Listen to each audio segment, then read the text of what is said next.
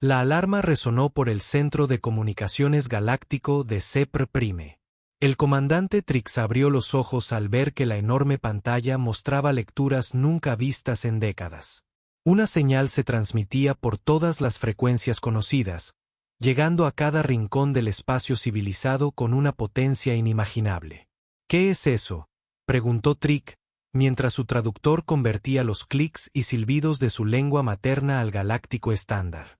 Origen desconocido, señor, respondió su ayudante. La señal parece provenir de los territorios del borde exterior. Referencia de cuadrícula. Vaya, es de la zona muerta. La zona muerta. Incluso pronunciar esas palabras ponía nerviosas a la mayoría de las especies. Era una región del espacio donde antiguas ruinas flotaban entre estrellas muertas. La mayoría de las civilizaciones la evitaban por completo. Allí ocurrían cosas extrañas. Naves desaparecían. Los pocos exploradores que regresaron hablaban de susurros en sus mentes y de tecnología inexplicable. La señal crepitó en los altavoces principales. Una voz ancestral habló en un idioma que, de alguna manera, todas las especies podían entender, como si les hablara directamente a la mente. Hijos de la galaxia, escuchen nuestras palabras. Somos los últimos arquitectos, constructores de los primeros caminos entre estrellas. Una gran oscuridad proviene de más allá de sus fronteras. Ha consumido galaxias anteriores a la suya y consumirá galaxias posteriores. A menos que alguien se oponga. Pedimos ayuda. Pedimos guerreros. Pedimos a quienes saben luchar y se niegan a rendirse. El tiempo se acaba. Vienen los devoradores. El mensaje se repitió 3 veces y luego se silenció. En cuestión de horas, todas las grandes civilizaciones de la galaxia habían recibido y analizado la transmisión. La respuesta fue rápida y unánime. Ignórenlo. En Prime, el Consejo de Mentes se reunió en sus cámaras de cristal. Los sapirianos se enorgullecían de su lógica y avance tecnológico. Sus ciudades flotaban entre las nubes de su gigante gaseoso natal. Maravillas de ingeniería que habían tardado milenios en perfeccionarse. Claramente un engaño, declaró el alto consejero Vex. Los arquitectos son un mito. Cuentos infantiles. Esta señal probablemente sea algún tipo de arma diseñada para atraer naves a la zona muerta. Pero señor, un consejero más joven se atrevió a hablar. Los requisitos de energía de la señal serían enormes. Solo una civilización muy superior a la nuestra podría transmitir con tanta fuerza. Exactamente por qué deberíamos ignorarla, respondió Vex con frialdad. Si alguien tiene ese nivel de tecnología, desde luego no necesita nuestra ayuda. Obviamente es una trampa, coincidieron los demás consejeros. Los sapirianos no enviarían naves a investigar. Escenas similares se repitieron por toda la galaxia. En el espacio desgarrado del Imperio Corben, el general Brut golpeó la mesa de estrategia con su enorme puño. Los corvos eran una orgullosa raza guerrera, de 3 metros de altura, con piel similar a una armadura y armas naturales capaces de desgarrar el acero. Arquitectos, devoradores, mitos antiguos, rugió. Tenemos guerras reales que librar aquí y ahora. Nuestros enemigos presionan nuestras fronteras mientras hablamos. No desperdiciaré naves persiguiendo historias de fantasmas en la zona muerta. Sus oficiales asintieron. Las flotas Corben seguirían centradas en sus disputas territoriales. Incluso el sabio colectivo etéreo, seres de pura energía que habían trascendido la forma física hacía eones, decidieron no responder.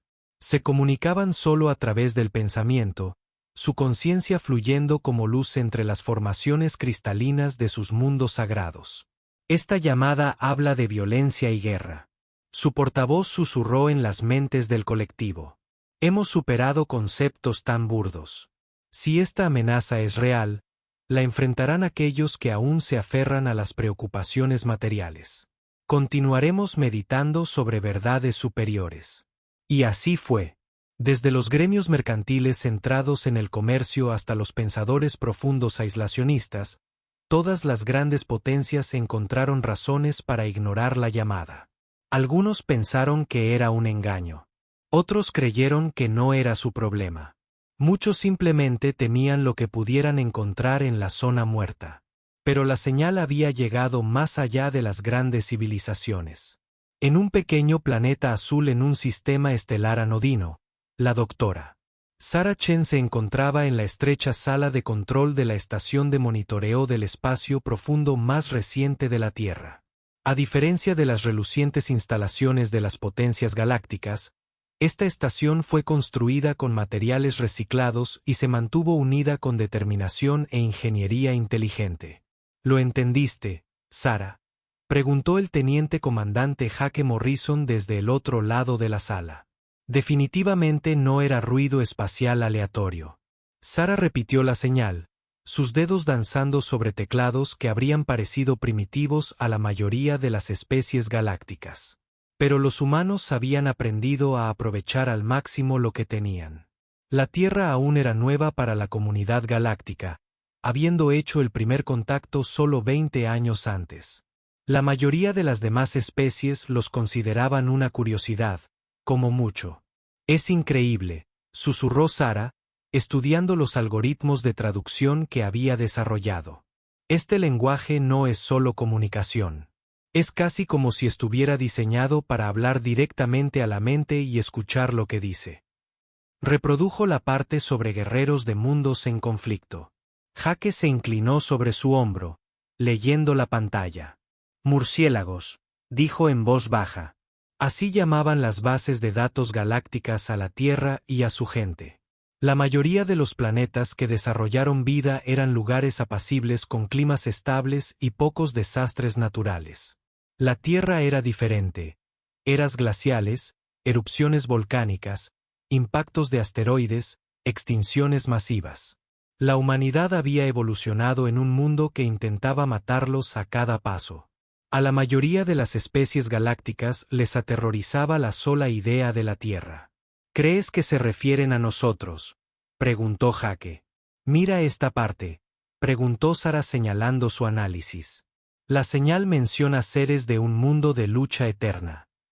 El archivo galáctico enumera exactamente un planeta habitado que coincide con esa descripción en esta región del espacio. Se miraron, entendiendo mutuamente. Todas las demás especies de la galaxia ignoraban esta llamada de auxilio.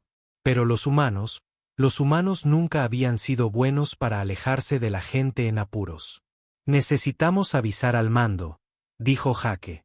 En 6 horas, el mensaje circulaba rápidamente por las redes de comunicación de la Tierra. A diferencia del rechazo inmediato que recibió en otros lugares, desató un intenso debate en los pasillos del gobierno de la Tierra Unida. De ninguna manera, declaró el secretario Williams durante la sesión de emergencia. Apenas estamos establecidos en la sociedad galáctica.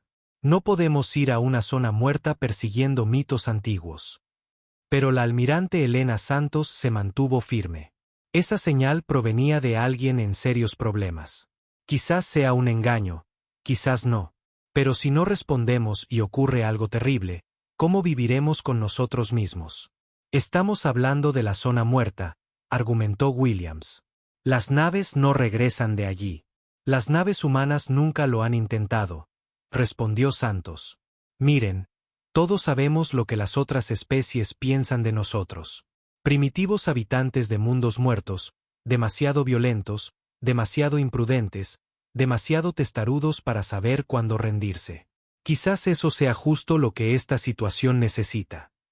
El debate se prolongó durante horas. Pero al final, la humanidad hizo lo que siempre había hecho ante lo desconocido. Optaron por avanzar en lugar de retroceder. 3 días después, una pequeña flota comenzó a reunirse en los confines del sistema solar terrestre. No era gran cosa para los estándares galácticos.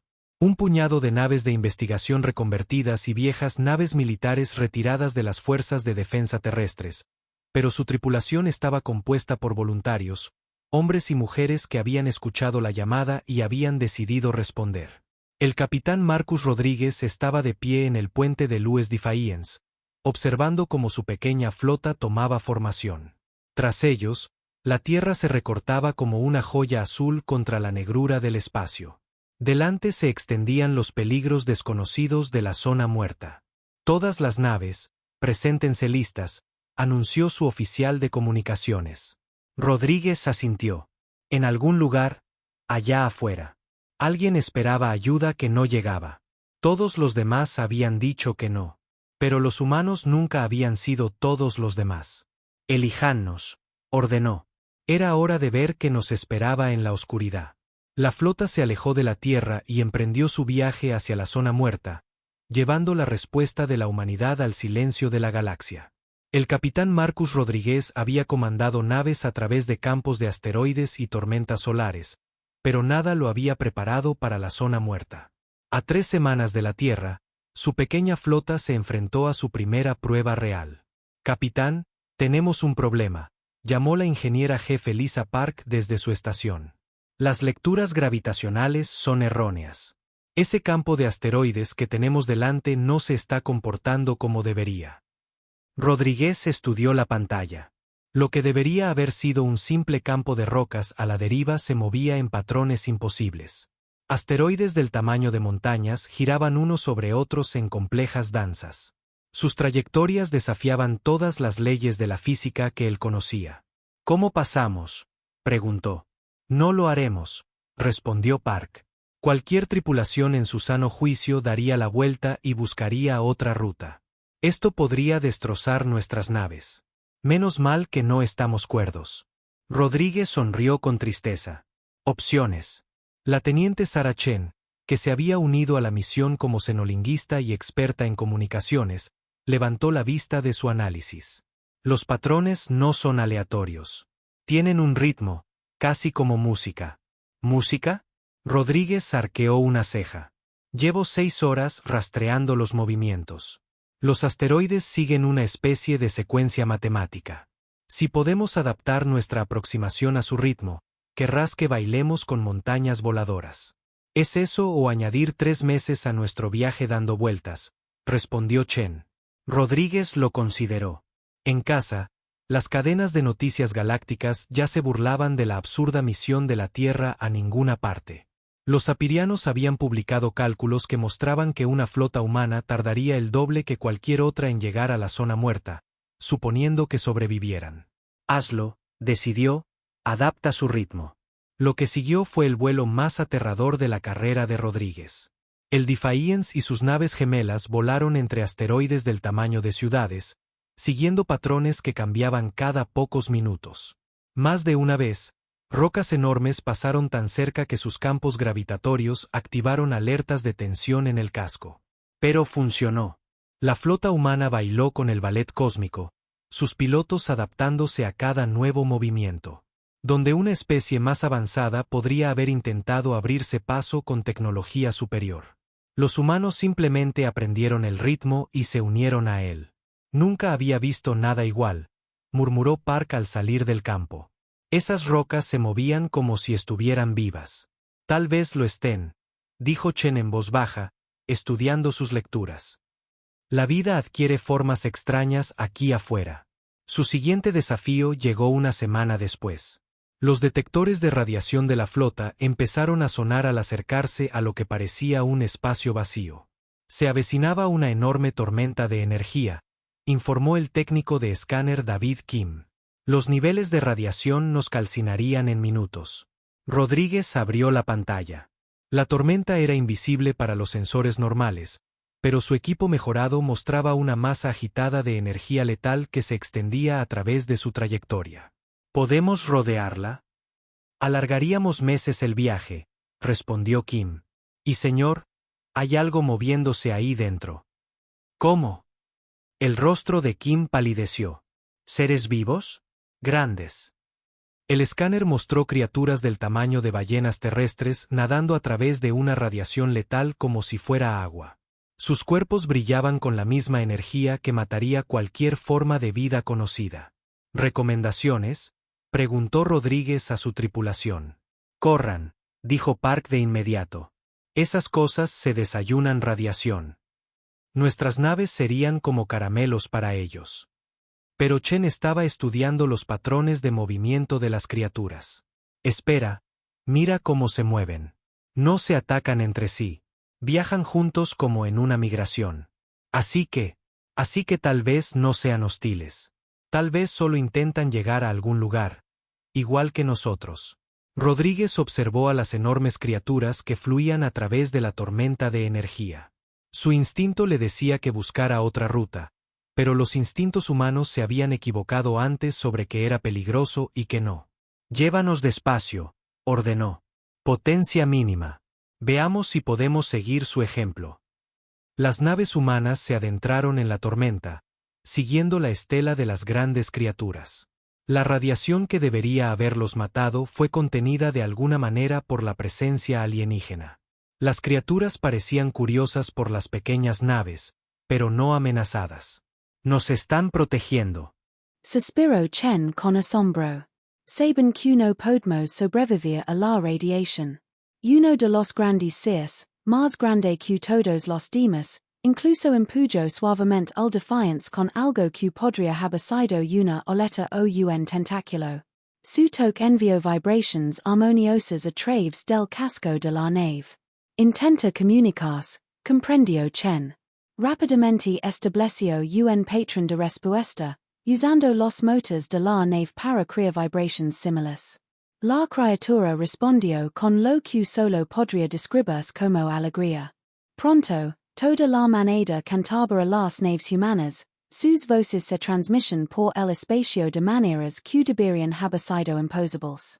Cuando la flota emergió de la tormenta, levaban consigo grabations del primer intento conocido de comunicación entre humanos y formas de vida basadas en la energía. Pero lo más importante, habían aprendido algo sobre sí mismos. Donde otras especies solo veían peligro, los humanos podían encontrar aliados. El patrón continuó durante todo su viaje. Cada obstáculo que debería haberlos destruido se convirtió en un rompecabezas por resolver. Los piratas espaciales que atacaron su flota se vieron superados por tácticas que ninguna especie civilizada intentaría. Los combatientes humanos usan los sistemas de soporte vital de su nave como armas, ventilando la atmósfera para crear campos de escombros y luego escondiéndose en sus propias nubes de escape. Lucan como locos. Se escuchó a un capitán pirata decir en comunicaciones interceptadas. ¿Quién usa su propia nave como arma? Carnero. Murciélagos, respondió la respuesta. Hoy habla de estos humanos. Evolucionaron en un planeta que intenta matarlos a diario. Así piensan. El rumor sobre el progreso de la flota humana comenzó a extenderse por las redes subterráneas galácticas. Donde la mayoría de las especies veían estupidez temeraria, unas pocas empezaron a ver algo más. Una adaptabilidad que superaba todo lo que la galaxia había conocido. El avance legó 2 meses después de su viaje. Los sensores de largo alcance detectaron algo más evo más adelante. Una estructura tan enorme que empequeñece sistemas estelares enteros. Dios mío, susurró Kim, mirando sus pantallas. Es del tamaño de un planeta. No más grande. Mucho más grande. El nexo flotaba en el espacio como una joya de una geometría increíblemente compleja. Su superficie rebosaba patrons que dolían al mirarlos directamente, como si existieran en más dimensiones de las que los ojos humanos podían procesar. Eso es, dijo Chen con voz lina de asombro. De AHI vino la señal. Pero a medida que se acercaban, se hizo evidente que el nexo no estaba abandonado. Se abrieron bahías de acoplamiento más grandes que las ciudades de la Tierra para recibirlos. Luces que habían estado apagadas durante millones de años comenzaron a parpadear. Numbers están escaneando, informó Kim. Patrons de energía nunca vistos en nuestras bases de datos. Hostil, preguntó Rodríguez. No lo creo. Se siente más como un reconocimiento, como si numbers hubiera estado esperando. La flota humana atracó en la antigua estructura, sus pequeñas naves se empequeñaron ante la inmensidad que los rodeaba. Mientras las esclusas de air se cerraban, Rodríguez sintió el peso de la historia sobre sus hombros. Lo que est dentro, ha estado esperando durante millones de años, le dijo a su tripulación. No los hagamos esperar más. Las puertas se abrieron, revelando pasillos que se extendían hacia la oscuridad. Pero la oscuridad no estaba vacía. Algo se movía en las profundidades del nexo. Algo que había dormido durante eons y finalmente despertaba. Tras ellos, su viaje a través de la zona muerta había sido monitoreado por sensores ocultos. Los poderes galácticos esperaban que la flota humana desapareciera como todas las demás. En cambio, hicieron lo imposible. No solo habían sobrevivido a la zona muerta, sino que se habían hecho amigos de ella. Y ahora, en lo profundo del corazón del nexo, mentes antiguas se agitaban. Los arquitectos despertaban y tenían mucho que contarles a sus inesperados visitantes sobre la oscuridad que se avecinaba. La cámara era inmensa, incomprensible para la comprensión humana. El capitán Rodríguez y su equipo recorrieron pasillos que podrían haber albergado las ciudades más grandes de la Tierra. Sus pasos resonaban en el silencio de siglos. Las paredes a su alrededor con una tenue energía, respondiendo a su presencia tras millones de años de oscuridad. El aire es respirable, informó la Dra. Elena Vázquez, científica jefa de la misión. No solo respirable, es perfecto. Niveles de oxígeno, presión, temperatura. Es como si este lugar hubiera sido construido para nosotros. Eso es imposible, murmuró la ingeniera jefa Park, escaneando las paredes con sus instrumentos. Esta estructura es anterior a la evolución humana por millones de años. Sarah Chen estudió sus dispositivos de traducción. Aparecieron símbolos en las paredes a su alrededor. No está construido específicamente para humanos, dijo lentamente. Está construido para cualquier especie que pudiera llegar tan lejos. El nexo se está adaptando a nosotros. Llegaron al centro de la estructura, donde una gran esfera de cristal colgaba suspendida en medio de una enorme cámara. Dentro de la esfera, se movían sombras. Formas antiguas que habían aguardado en estasis desde antes del nacimiento del sol terrestre. Están despertando, susurró Chen. El cristal empezó a agrietarse. La luz brotó a raudales. No era áspera, sino cálida, como la luz del sol a través de las hojas. Y de esa luz surgieron. Los arquitectos no eran lo que nadie esperaba. Medían 3 metros de altura, pero parecían frágiles, casi fantasmales. Su piel era translúcida, mostrando el flujo de energía que fluía bajo ella. No tenían una forma fija, cambiando constantemente entre estados de materia y energía. El primer arquitecto en emerger por completo miró a los humanos con ojos que soportaban el peso de galaxias. Cuando habló, las palabras se formaron directamente en sus mentes. Somos Zarathal, último portavoz de los arquitectos. Hemos esperado tanto tiempo a que alguien respondiera a nuestra llamada. Tantas especies escucharon nuestro mensaje. Tantas se elegeron. Rodríguez dio un paso al frente, locando contra el impulso de arrodillarse ante este ser ancestral. Estamos aquí ahora. Díganos que necesita. La figura de Zarathal brilló con lo que podría haber sido sorpresa. Directa y contundente, sin ceremonia ni ritual. Ciertamente provienen del mundo de la lucha eterna. Hemos observado a los de su especie a través de las barreras cósmicas. Sabemos lo que han soportado. La cámara que los rodeaba cobró vida. Pantallas holográficas mostraban la historia de la galaxia. Civilizations en ascenso y queda. Guerras que abarcaron milenios. Pero entonces las imágenes cambiaron para mostrar algo del más allá. Contemplan a los devoradores, dijo zaratal. Los humanos contemplarán horrorizados la imagen. Naves del tamaño de lunas flotaban por el espacio, pero no fueron construidas. Fueron cultivadas. Naves vivientes con superficies que se retorcen y pulsaban. A su paso, las estrellas se oscurecen. Los planetas se convergen en cascaras vacías. Han consumido 3 galaxias antes que la suya, continuó Zarathal.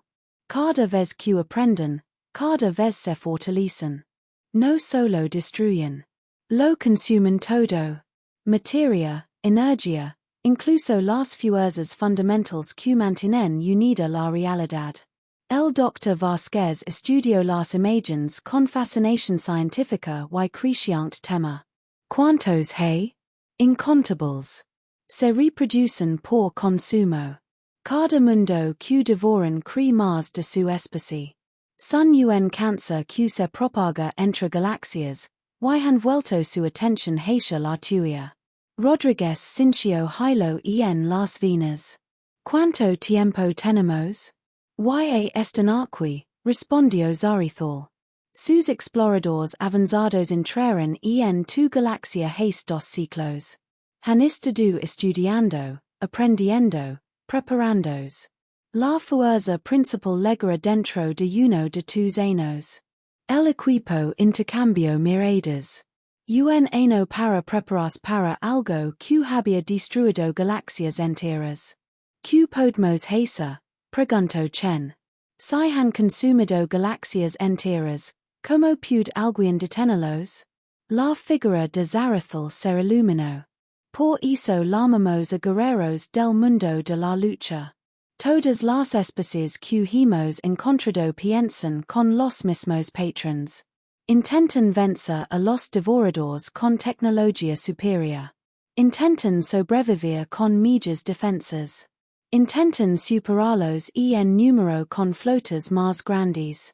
Todos fracasan porque piensan como presas. ¿Y nosotros pensamos como que? Preguntó Rodríguez. Depredadores. Su especie evolucionó en un mundo donde todo intentaba matarlos. Aprendieron a cazar a los cazadores.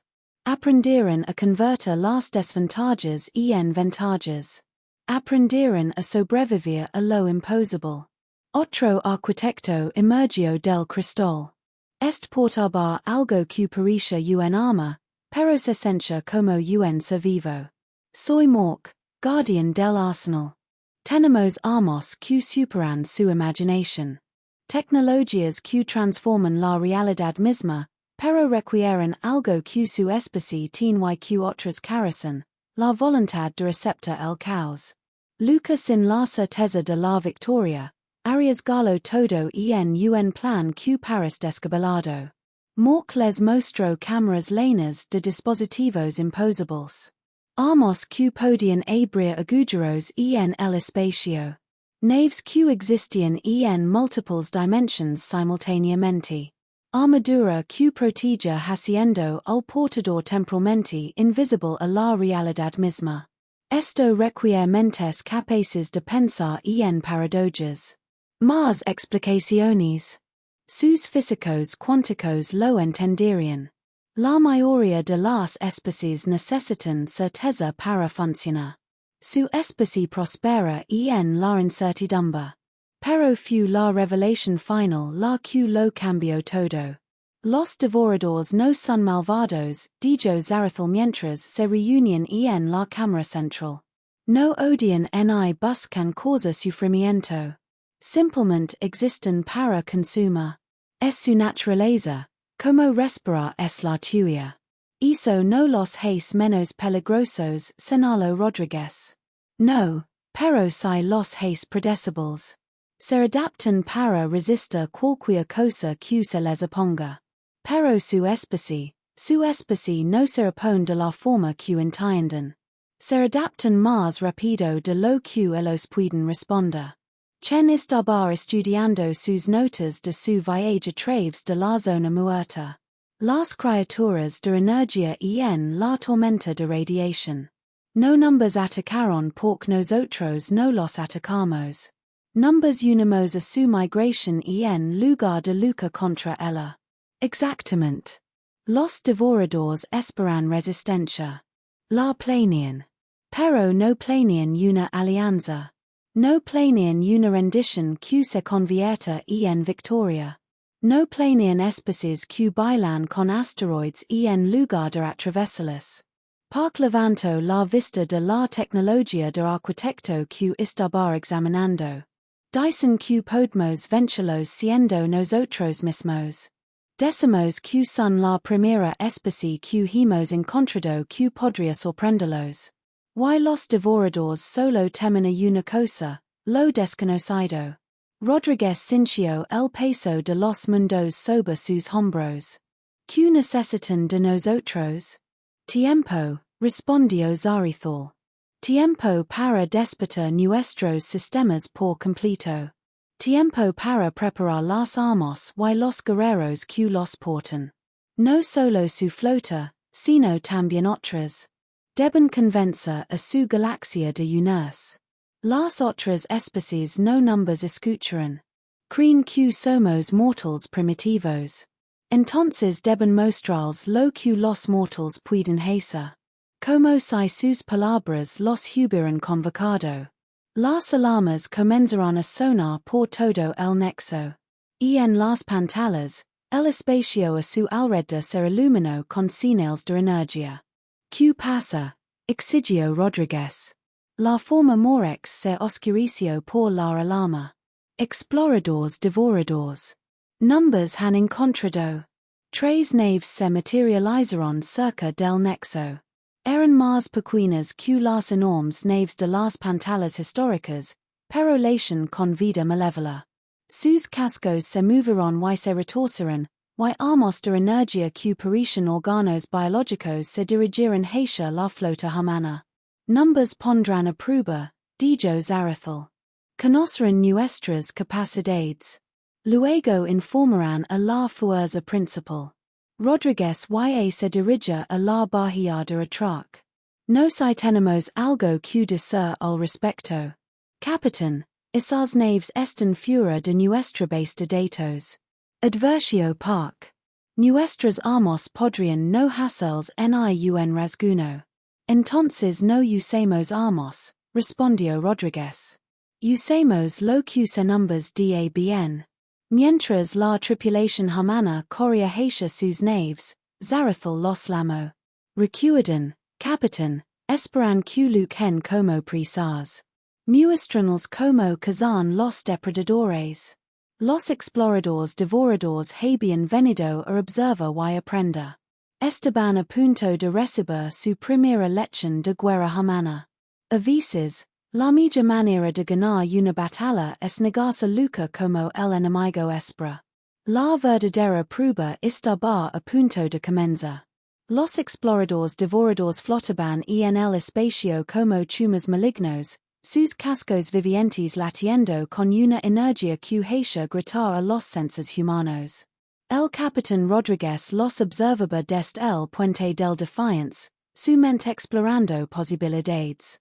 Numbers están escaneando, informó el técnico de escena Kim. Patrons de energía nunca vistos. Es como si estuvieran aprendiendo nuestra tecnología con solo mirarla. Entonces no les demos tiempo para aprender, decidió Rodríguez. Todas las naves, prepárense para el combate. Pero recuerden, no estamos librando su batalla. La voz del ingeniero jefe Park crepitó en las comunications. Capitán, los sistemas de armas de los arquitectos están en línea, pero no responden a nuestros controls. Es como si estuvieran esperando algo. ¿Esperando qué? No lo sé, pero señor, no creo que funcionen como las armas normales. Rodríguez estudió la pantalla táctica. Tres exploradores devoradores contra cuatro naves humanas. Según todos los parámetros de potencia de fuego y tecnología, no debería haber habido competencia. Los humanos deberían haber sido vaporizados en segundos. Será, Alguna noticia de los arquitectos? La voz de Chen estaba tensa por la concentración. No responden a la communication director, pero el propio nexus numbers está enviando algo. Flujos de datos, patrons. Es como si numbers estuviera enseñando algo. Enseñándonos Q. A pensar como las amos. Antes de que Rodríguez pudiera preguntar a Q se refería, los devoradores atacaron. Pero su asalto no se parecía en nada a la doctrina militar humana. En lugar de disparar rayos de energía o lanza misiles, simplemente avanzaron hacia las naves humanas. Al acercarse, la realidad a su alrededor empezó a cavarse. El espacio se retorció. El tiempo fluyó de forma diferente. La tensión del casco aumentó. Park informó. No numbers están disparando. Numbers están separando con campos gravitacionales. Maniobras evasivas. Las naves humanas se dispersaron, pero los devoradores los seguirán con una gracia imposible. Se movían como seres vivos, prediciendo cada acción evasiva antes de que sucediera. Sus cascos se ondulaban y cambiaban, adaptándose a cada táctica humana en tiempo real. Están aprendiendo, dijo Kim con horror. Cada movimiento que hacemos, lo contrarrestan más rápido. Rodríguez observó su exhibición táctica mientras los devoradores arriban sus naves como lobos ovejas. ACI era como operaban, no mediante la fuerza bruta, sino mediante la adaptación. Aprendieron sus capacidades de alabanza y luego las abrumaron con versiones superiores de sus propias tácticas. Chen, QT enseñó el nexo. No se trata de lucha contra los directamente, respondió con voz extraña. Las armas de los arquitectos no funcionan como las nuestras. Responden a la intención, no a los sistemas de puntería. ¿Qué clase de intención? La voluntad de convertirse en algo más. Una de las naves humanas, la endeavor, quedó atrapada en el campo gravitacional de un devorador. Rodríguez observó horrorizado como el enemigo comenzaba a desmantelarla pieza por pieza, estudiando cada componente a medida que era destruido. Eso es todo, dijo de repente. Todas las naves embistieron a los exploradores. Señor. La voz de Park era incrédula. Y me oíste. Un ataque de embestida a toda velocidad. No intentes superarlos. Convertite en las armas. Fu una locura. Fu un suicidio. Fu exactamente lo que ninguna especie cuerda intentaría jamás. Fu perfectamente humano. Las tres naves humanas restantes giraron hacia los devoradores y aceleraron a máxima velocidad. Los exploradores alienígenas parecían confundidos por esta táctica. Habían aprendido a contrarrestar las maniobras evasivas de fuego de armas y los escudos de energía, pero nunca se habían encontrado con un enemigo que usara sus propias naves como proyectiles. El primer impacto se produjo cuando la nave de investigación Newton impactó al explorador devorador más pequeño. Y en lugar de la explosión que todos esperaban, ocurrió algo más. El momento del contacto activó las armas de los arquitectos y, de repente, la nave humana dejó de ser completamente humana. La energía del nexo fluyó a través de la Newton, transformándola en algo que existía parcialmente en el espacio normal y parcialmente en las dimensiones. Los devoradores no pudieron seguirla. La exploradora intentó adaptarse, pero no pudo aprender a contrarrestar algo que no existía completamente. El arma funcionó, suspiró Chen, pero no como esperábamos. No destruyó a la exploradora. Numbers convirtió en algo que no podía comprender. Rodríguez observó como la Newton entraba y salía de la realidad, con su tripulación aún con vida dentro de una nave que se había vuelto más concepto que materia. Todas las naves siguen el ejemplo de la Newton, se convierten en lo imposible. La defiance y la nave restante, la horizon, impactaron a las otras dos exploradoras simultáneamente. La colisión debería haber matado a todos los involucrados. En cambio, la tecnología de los arquitectos se activó, transformando la batalla en algo inédito. Naves humanas que también eran seres de energía. Armas que disparaban conceptos en lugar de partículas. Una batalla que tuvo lugar en el espacio normal, el hiperespacio y dimensions sin nombre. Los devoradores intentaron adaptarse. Pero no pudieron adaptarse a algo que cambiaba su propia naturaleza más rápido de lo que podían comprenderlo. Su fuerza, aprendiendo y contrastando las tácticas enemigas, se volvió inútil contra enemigos que redefinieron el significado de las tácticas. Se retiran, informó Kim con asombro. Uno de los exploradores intentaba retirarse, pero el Newton transformado lo persiguió sin descanso. La tripulación humana había aprendido a pensar con la misma fluidez que su nave, convirtiéndose en parte del arma en lugar de simplemente usarla. Sueltan a uno, ordenó Rodríguez. Queríamos informal, señor. Los arquitectos tenían razón. Los devoradores temen a lo desconocido. Haganles saber que algo nuevo ha entrado en su galaxia. El explorador superviviente huyo hacia el borde galáctico. Levaba consigo datos que confundirían y perturbarían a la fuerza principal de los devoradores. Se habían topado con algo sin precedentes. Una presa que se había convertido en depredador al negarse permanecer, pero el precio fue alto. Cuando la batalla terminó y las naves comenzaron a regresar al espacio normal, descubrieron que la transformación había cambiado más que solo sus naves. La voz del capitán Dr. Vázquez era diferente, de alguna manera más profunda. Y no somos completamente humanos. Rodríguez se miró las manos y vio energía fluyendo bajo su piel. Las armas de los arquitectos no solo habían transformado sus naves, sino también a las tripulaciones.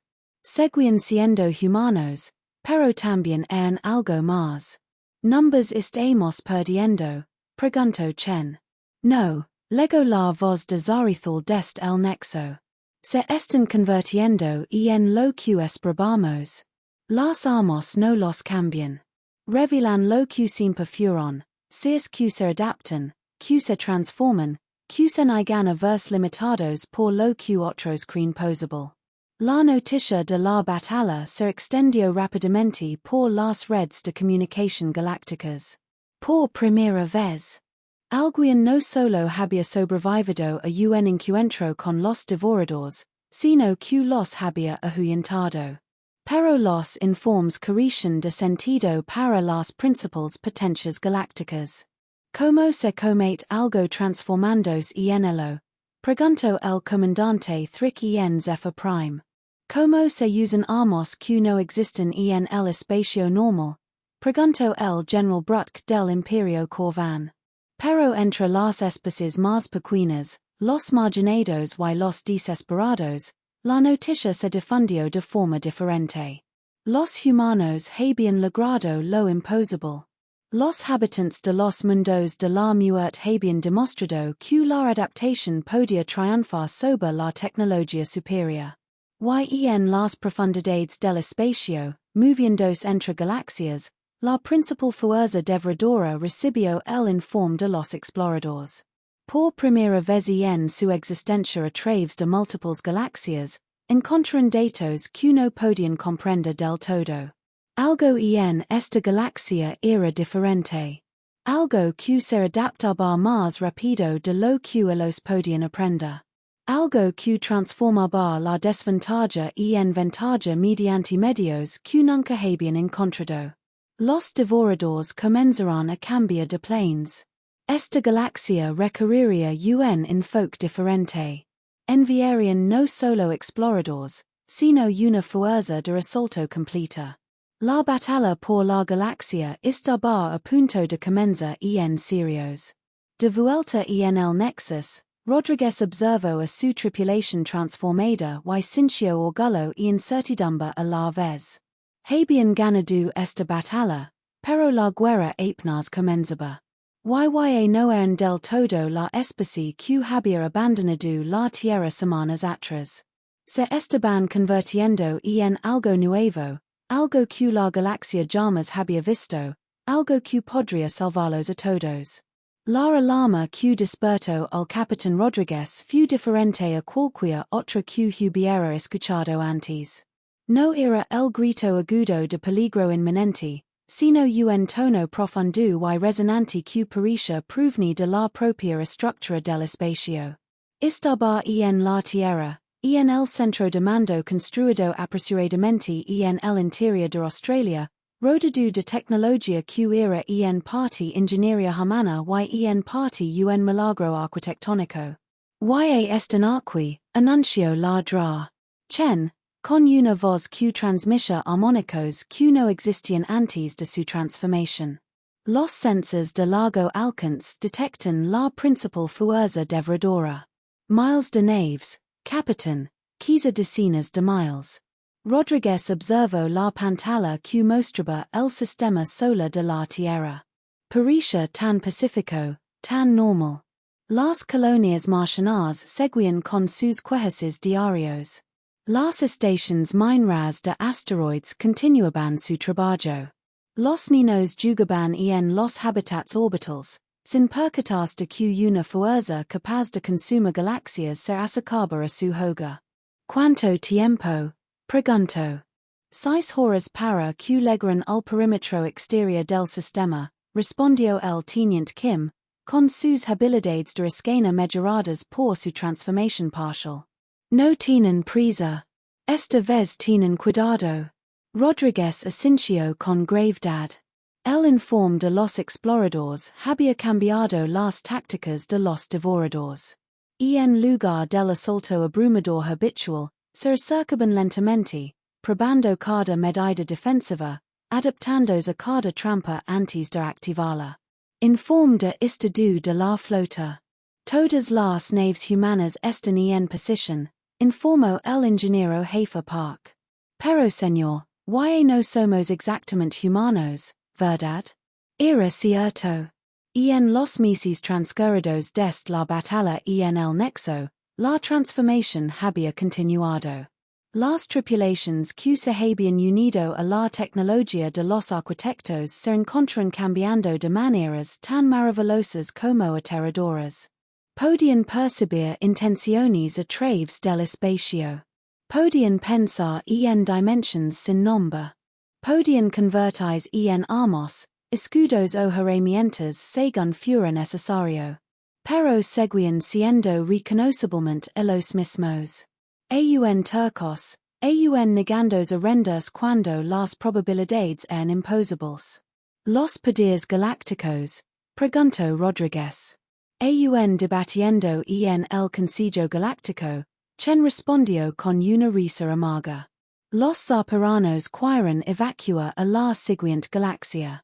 Los corvanes planean una estrategia defensiva tradicional que sería aniquilada en minutos. Los etéreos meditan sobre si todo esto es una ilusión. Nuestra gente está lista, señor. Cada colonia humana, cada nave, cada estación. Hemos tenido meses para prepararnos. Rodriguez miró hacia las estrellas y sonrió. La humanidad había perdido esos meses haciendo lo que mejor sabía hacer. Tomar una situación imposible y encontrar la manera de que funcionara para ellos. El sistema solar se había transformado en la trampa más grande en la historia galáctica, pero no el tipo de trampa que otras especies construirían. Esta era una trampa humana, lo que significaba que se basaba en principios que no tenían sentido para nadie más. Señor, anunció Kim, la flota devredora está cruzando la heliporza. Están disminuyendo la velocidad. Están confundidos por nuestras defensas. Por supuesto que lo estaban. La estrategia defensiva humana nunca había tenido sentido para nadie, incluidos los humanos. En lugar de enormes estaciones de batalla o escudos de energía, el sistema de la Tierra estaba defendido por cosas que parecían basura espacial, naves mercantes y equipo científico. Faz uno, ordeno Rodríguez. En todo el sistema, miles de objetos aparentemente inocentes se activaron. Las sondas de investigación se convirtieron en minas cuánticas. Los contenedores de carga se abrieron para revelar poses de gravedad. Los satélites meteorológicos comenzaron a transmitir señales que convirtieron el espacio mismo en un laberinto de dimensiones retorcidas. Los devoradores intentaron adaptarse, pero cada vez que aprendían a contrarrestar una medida defensiva, esta se transformaba en otra. Las armas se convirtieron en sensores. Los escudos en armas. Toda la red defensiva estaba viva, cambiando constantemente, nunca lo mismo dos veces. Se están frustrando, observo Chen. Puedo sentir su confusión a través de los enlaces cuánticos. Nunca se han encontrado con una defensa que se adapte más rápido que ellos. Pero Rodríguez sabía que esto era solo el principio. La verdadera batalla llegaría cuando los devoradores se dieran cuenta de que no podían simplemente superar las defensas de la Tierra y decidieran emplear toda su fuerza. Señor, un pico de energía masivo de la nave de mando devoradora, informó Kim. Están cargando algún tipo de superarma. Déjenlos, respondió Rodríguez con calma. Faz dos. La superarma devoradora se disparó. Un rayo de energía que podría haber destrozado planetas. Golpeó la luna de la Tierra. Y desapareció. ¿A dónde fue? Preguntó Kim con asombro. A ninguna parte, respondió Chen. La luna ya no es del todo real. Llevamos meses eliminándolo poco a poco del espacio normal. Su arma impactó en algo que solo estaba parcialmente allí. Los devoradores dispararon de nuevo, esta vez contra la Tierra. El rayo impactó en el planeta y desapareció de nuevo. Absorbido por procesadores atmosféricos que existían simultáneamente en 17 dimensiones. Rodríguez percibía el pánico creciente de la flota alienígena. Se enfrentaban a algo que violaba todas las leyes de la guerra que entendían. ¿Cómo se destruye a un enemigo que cambia constantemente las reglas de la destrucción? Señor, se retiran al sistema exterior y se reagrupan, informó Kim. Todas las naves, toda la fuerza. Fase 3, anunció Rodríguez. Esta era la parte que esperaba que no necesitaran. La fase 3 significaba revelar la magnitud de la humanidad en todo el sistema solar. Las tripulaciones humanas comenzaron la transformación final. Las naves parcialmente transformadas por la tecnología de los arquitectos completaron su metamorfosis. Las personas mejoradas por el contacto con armas antiguas se convirtieron en extensiones vivientes de esas armas. La flota humana no atacó a los devoradores. En cambio, los rodeó. Ríndanse, transmitió Rodríguez en todas las frecuencias. Se han topado con algo a lo que no pueden adaptarse. Pueden unirse a nosotros o abandonar esta galaxia, pero no pueden consumirla. La respuesta fue inmediata y violenta. Miles de naves devoradoras abrieron fuego simultáneamente, vertiendo suficiente energía al espacio para esterilizar sistemas solares. La flota humana lo absorbió todo. Imposible, dijo una voz desde la nave de mando de los devoradores, hablando en armonías que ignoraban por completo el lenguaje. Nos adaptamos. Superamos. Consumimos. Es nuestra naturaleza. Y es nuestra naturaleza adaptarnos más rápido. Rodríguez respondió, aprenden a comer galaxias. Aprendemos a digerir lo indigerible. Aprenden a absorber energía. Aprendemos a convertirnos en energía. Aprenden a pensar como presas. Aprendemos a pensar como todo a la vez. La batalla que siguió fue diferente a todo lo que la galaxia había visto jamás. No se libró con armas ni tácticas. Se libró con conceptos, con ideas sobre lo que era posible. Los devoradores intentaron consumir la flota humana y se vieron consumidos a cambio.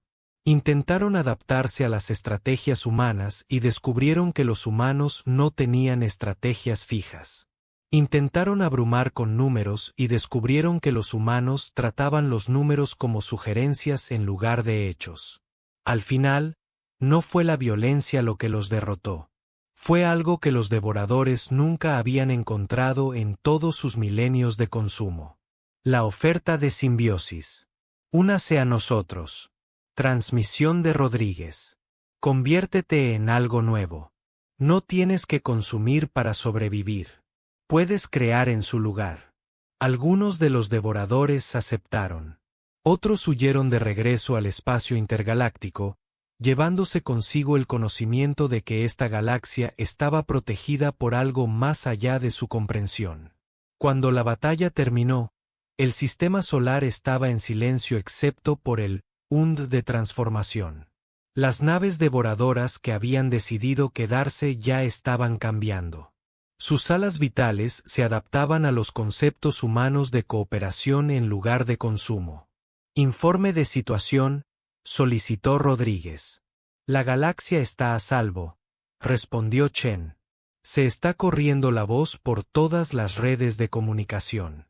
La amenaza ha terminado, y nosotros, Park se miró las manos, que oscilaban entre la carne y la energía. Ya no somos humanos. No del todo. Pero tampoco somos arquitectos. Somos algo nuevo, asintió Rodríguez. Se habían convertido en lo que la galaxia necesitaba. Guardianes capaces de adaptarse a cualquier amenaza. Protectores que pensaban más allá de toda limitación conocida. Durante los meses siguientes, las flotas humanas comenzaron a extenderse por la galaxia, no como conquistadores, sino como maestros, mostrando a otras especies que la adaptación era posible, que la cooperación podía triunfar sobre el consumo, que lo imposible era solo otra palabra para un no intentado. Las potencias galácticas finalmente aceptaron lo que no podían comprender, que los primitivos habitantes de un planeta común y corriente los habían salvado a todos. Y en las profundidades del espacio, avanzando hacia galaxias distantes, nuevas naves humanas transportaron tecnología arquitectónica y determinación humana a civilizaciones que podrían enfrentarse a amenazas similares. La galaxia había aprendido que a veces la salvación no provenía de las especies más avanzadas o pacíficas, sino de quienes se negaban a rendirse ante lo imposible. Los hijos de la Tierra se habían convertido en algo sin precedentes, una especie capaz de transformarse no solo a sí mismos, sino también la naturaleza misma de lo posible. Ya no estaban sujetos a las limitaciones que definían a otras formas de vida. Se habían convertido en los nuevos guardianes de la galaxia, protectores que se adaptaban a cualquier desafío. Por imposible que pareciera, la era de los devoradores había terminado. La era de los adaptadores había comenzado.